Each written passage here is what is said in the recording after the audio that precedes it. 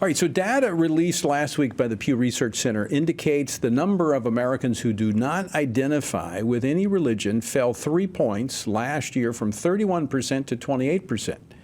Now, despite this decline, the legacy media's take claims that religion's influence is fading, noting that the nones, that's the N-O-N-E-S, those are those who have no religion, that they outnumber Catholics and evangelicals and as individual groups. But that doesn't tell the whole story. What does this reflect generationally in terms of the change in our country? And how can Christians reach these nones with the love of Christ? Well, join me now to discuss this is Kyle Campbell, creator and host of the upcoming podcast, Politically Basic. Kyle, welcome to Washington Watch. Great to have you. Hey, Tony. So good to be here. Thanks for having me on. So let's talk a little bit about these numbers from the Pew Research Center indicating a decline in those who are classified as nones, that meaning they have no religious affiliation. We've seen, the younger generations less inclined toward faith, but I've long said that you got to break these numbers down, that it's not a rejection of God, but organized religion that in many ways has become milquetoast and has abandoned truth. So why bother? Right. I'd agree with that. Where Politically Basic is really focusing is on Gen Z.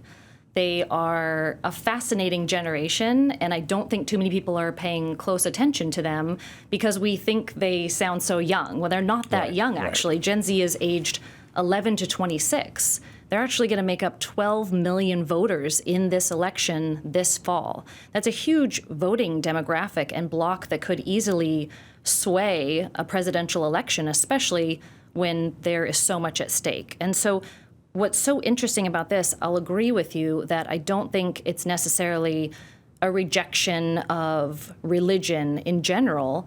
I think these are youth who've come through COVID when we were separated very much from a church experience.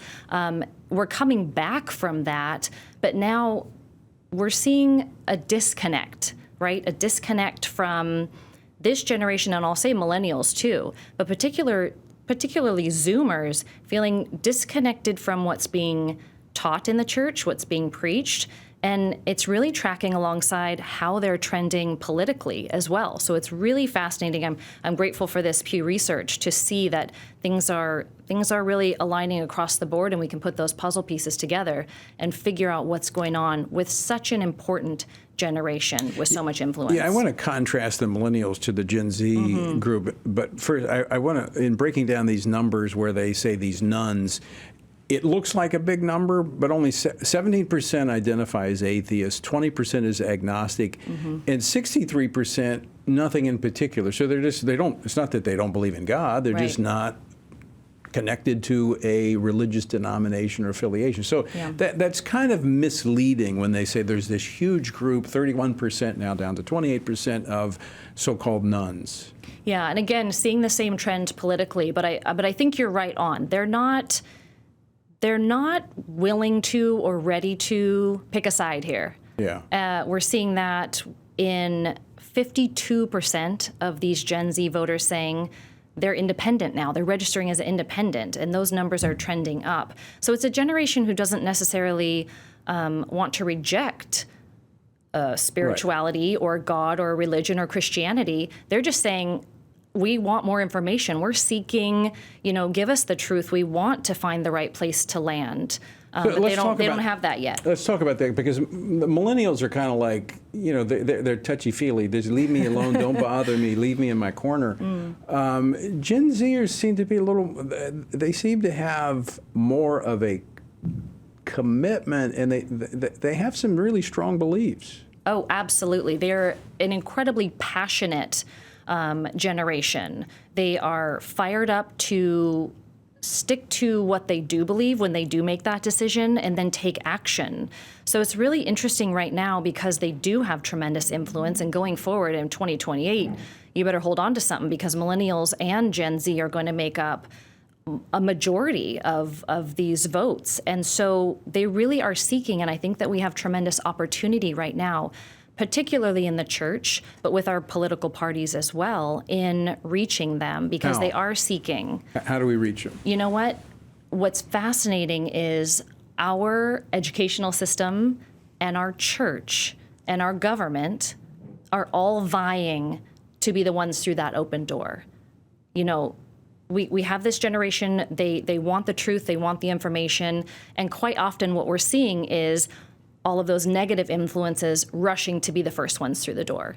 So what's really interesting to me is now Gen Zers are not relying mostly on Google as their search engine. They've switched over and they're using TikTok as their main search engine. So your face. That scares me. I thought Google was bad. Well, it's a really interesting shift that we're seeing. You know, they want the information, they want the truth. If the church isn't out there giving it to them, if what they're providing is milquetoast and these stats are saying that this isn't what they want, somebody else is going to get through that door first. Well, very quickly, because we're up against the end of the program, but that's why the podcast is coming That's exactly what Politically Basic is aiming to do. We're focusing on millennials, Gen Z, and breaking down the basics of every political issue, making it okay to talk politics again. It's all fascinating, interesting stuff, and we're really excited about launching this spring at Politically Basic and politicallybasic.com. I hope you'll come on the show, Tony. I look forward to being your guest, Thank Kyle. you. Thanks for having joining me. Absolutely.